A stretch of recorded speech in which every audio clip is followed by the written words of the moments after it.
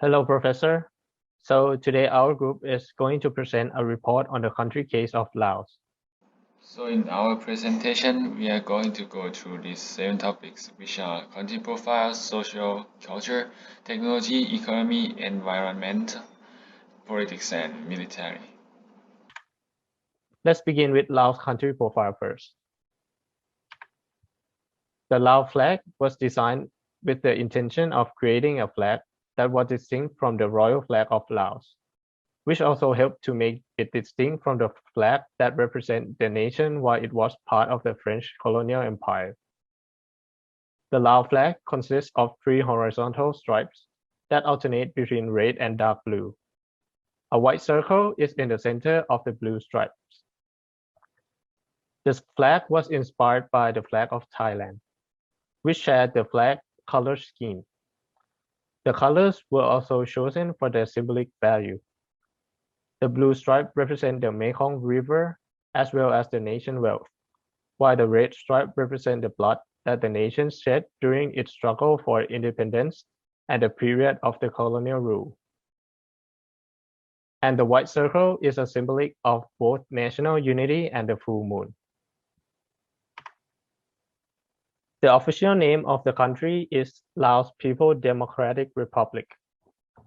Laos people use Lao or Laotian as their major language. The major religion of Lao is Buddhism, and they use kyip as their currency. Vientiane is the capital city of Laos. There are about 7 million for the Lao population. The area of Laos is about 238,000 square kilometers. And Laos National Day is on the 2nd December of every year.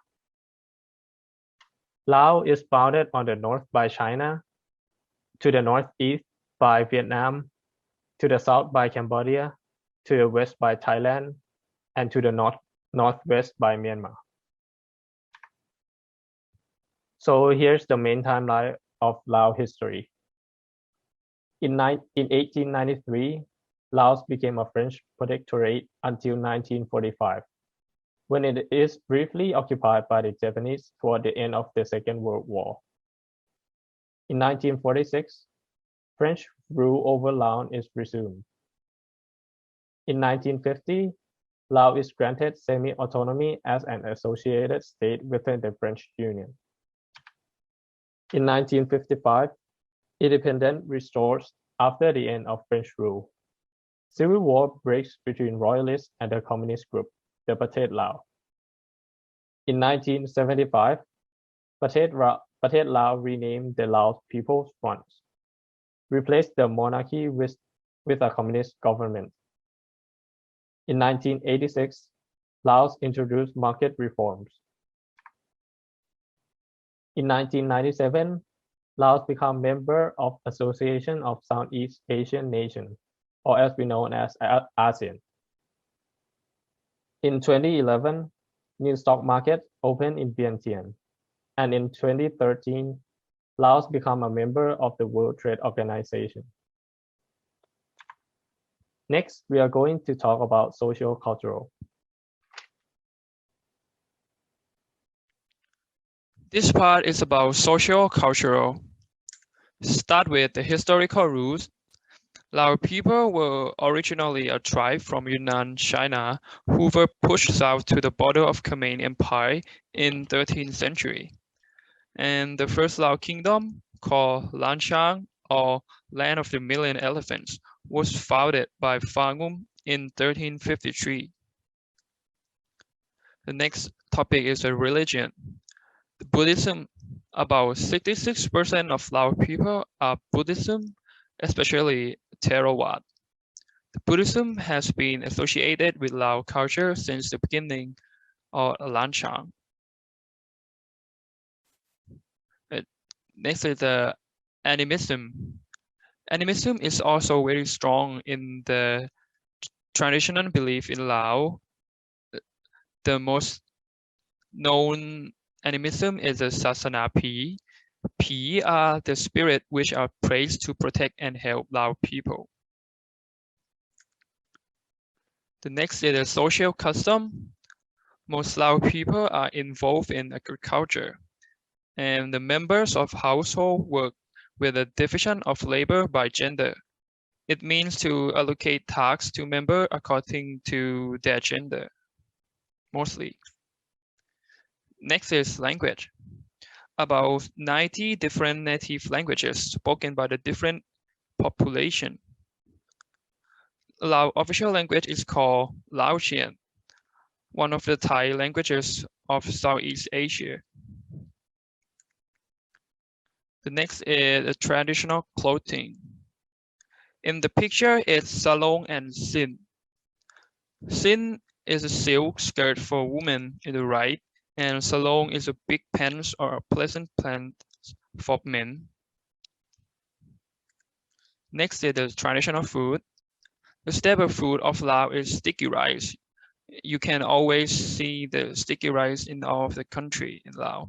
Sticky rice is deeply ingrained in the culture and national identity of Laos. About art of Laos are primarily drawn from religion and local tradition. Laos has a variety of rural art forms such as weaving, basket making, carving, silver and gold work. And the next part of art is sculpture. Sculpture is the most prominent form of Lao art, mostly influenced by Buddhism. And the most common form is the standing Buddha in the calling for rain mudra. It's a picture in the left. The architecture, about 21% is urban concentration.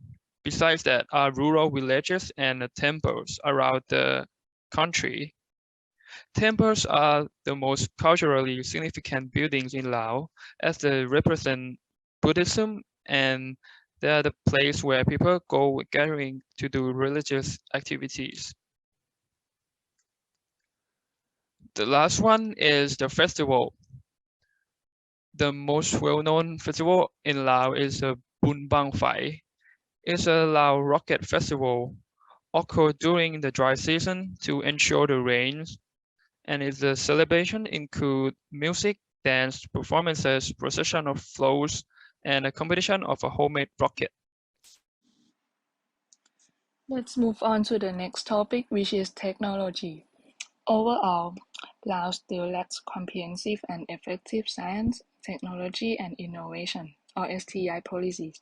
However, there are a number of bodies which facilitate and conduct research and development activities. The public sector institutions play a pivotal role, and ministry, public research institutes, and national universities.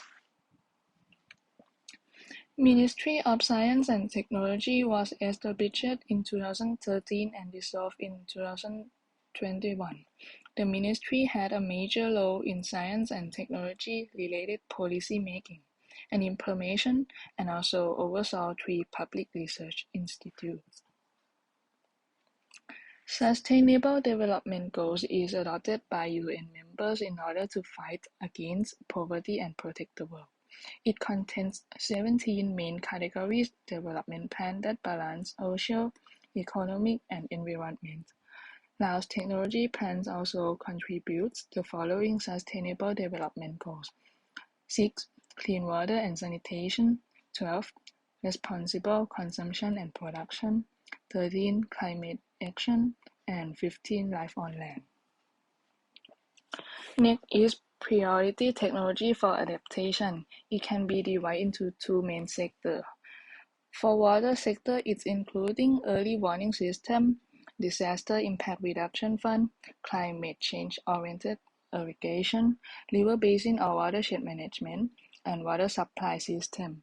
And next is agricultural sector, livestock disease prevention and control, agricultural development subsidy mechanism, climate resilient rural infrastructure, crop diversification. For priority technology for mitigation, it also divided into 2 main parts as well. Forestry sector, effective protection and protect area, optimal agroforestry, optimal plantation, sustainable community forest management, and agriculture sector, organic farming, biogas digester, feed improvements, agriculture residues for energy. The last one is about the internet access in Laos. Laos still lacks in terms of accessibility, quality, and affordability of internet services compared to other economies. All the internet providers must submit customers' internet usage reports every quarter to government. And that's all for the technology part. The next topic that we're going to be talking about today is economy of Laos. Laos is currently expanding its economy from a lower middle income country to an upper middle income country, and the GDP has been increasing continuously since year 2000 until right now, and which increased from 2019 by 0.89 billion dollars. For the past 2 decades, the main factors that contributed to the economic growth were large-scale investments in capital-intensive sectors, particularly in mining and hydropower. However, these investments have failed to support job creation. The COVID-19 pandemic has slowed down economic growth. The virus has resulted in job and livelihood losses and led to a further reduction in the government to collect taxes. Next, let's look at the inflation rate of Laos. Before 2004, the inflation rate in Laos extremely fluctuated. Then the figure plummeted to 8.37 in the following year. Nowadays, the inflation rate in Laos is 5.27%, which grew from the beginning by 3.26%. The inflation was driven by several factors, including the price of fuel increasing year on year. Furthermore, another major reason was fluctuating currency exchange rates. The overall price level has increased all around the world because they try to stimulate the economy by printing out more money. Next, let's look at the unemployment rate in Laos. Since 1995, the unemployment rate decreased gradually, then the number remained the same at 0.7 for the next 5 years.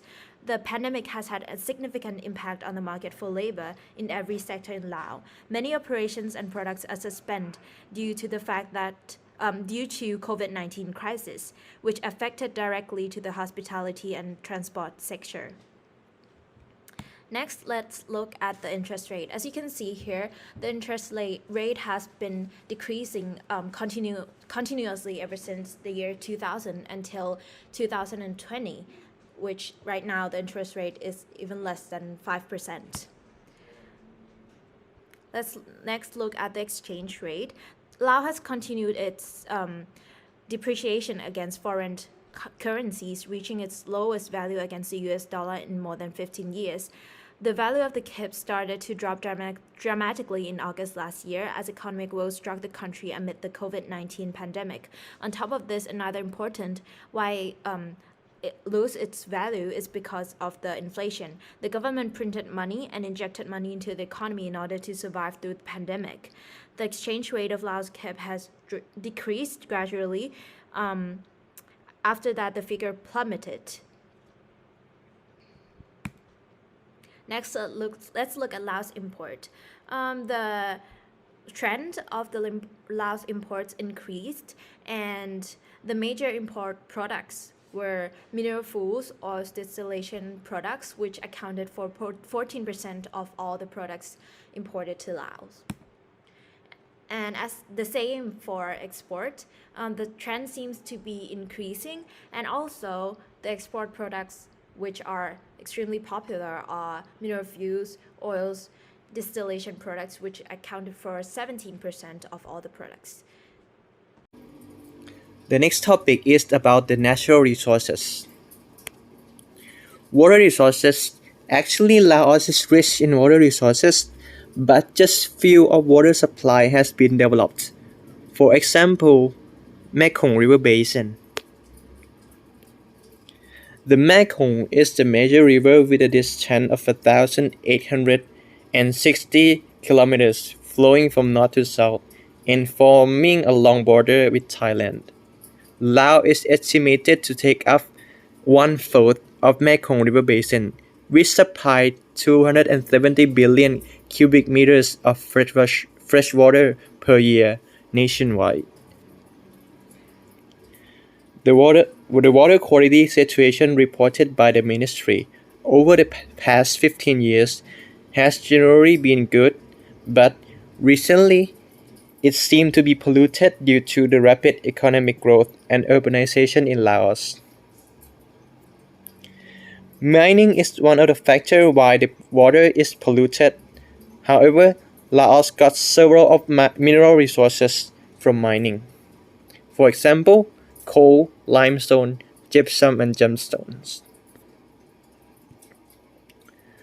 Coal is one of the most important primary fossil fuels, which coal in Laos is used to construct coal-fired power plants in order to sell electricity. Limestone and gypsum is widely used in architectural applications, for example walls, and manufacture of wallboard and cement. Gemstone in Laos is mainly sapphire. The most famous sapphire mine is in Ban Hoi Sai, but it was closed since the year 2000 due to corruption. The last one is the forestry. In 2010, Laos was reported to have only 9.55 million hectares, which at first they have about 17 million hectares. This is because deforestation. For instance, illegal logging, agricultural expansion, and irrigation dams, and forest fires, and roads. The next topic that we're going to be talking about today is politics. So first of all, I would like to give you an overview of how the government structure of Laos is today. Currently, Laos is a one-party parliamentary Socialist Republic Communist, and the only party in Laos is the Lao People's Revolutionary Party, or the LPRP. Laos' current head of state is President Thongloun Sisoulith, who is also the LPRP General Secretary. The current head of government right now is Prime Minister Pankam Vipawan. Government policies are determined by the party, which is the LPRP, through the all-powerful 9-member Politburo and the 49-member Central Committee. Important government decisions are vetted by the Council of Ministers. After giving you the overview, I would like to talk more about the French Lao, which was a huge part of Laos' political history. So Laos was a protectorate of French Indochina in the late 19th century. This means that Laos didn't have full independence, but it was protected and controlled by the French government. It served as a buffer state between Thailand and Annam and Tonkin. And during the first Indochina War, the Indo-Chinese Communist Party formed the Pathet Lao Independence Organization, and then this organization began a war against the French colonial forces with the aid of the Vietnamese Independence Organization, as known as the Viet Minh. So this is how the Laos and Vietnamese relationship ties began. Later in 1950, the French were forced to give Laos a semi-autonomy, which means that Laos was given a little bit more freedom, but it was not fully independent until the 22nd of October 1953, when Laos was finally given full independence as a constitutional monarchy. Next is independence and communist rule in Laos. As I've talked about before, Laos had some relationship with Vietnam, and it was involved in the Vietnam War. In 1975, the Pathet Lao organization overthrew the royalist government, forcing an abdication of King Sawang Wattana. And later, in the 2nd of December 1975, after taking control of the country, the Pathet Lao organization under Gason Phomvihan renamed the country as Lao People's Democratic Republic. The close ties with Laos and Vietnam were formalized via a treaty signed in 1977, which had a lot of influence on the Lao foreign policy and Laos political and economic lives until today. Okay, so now we are coming to the last part of Laos analysis, which is military. Its military unit is called Lao People Armed Force, or LPAF, which its main mission is mostly about border internal security, counterinsurgency, and counter-terrorism. When we talk about ranking of it, it's ranked 121st in the world military overall, and it's ranked 44th in Asian military overall. When we talk about military expenditure, it uses around 0.2% of the GDP each year, which is 7 times lower than Thai's, which rank 166 from 167 in the world. And in total military personnel, they have own manpower of 75,000 lives, which spread into 2 groups, in which is 33% of active personnel and 67% of paramilitary. So now let's talk about the tension along borders, which is such a big problem in Laos.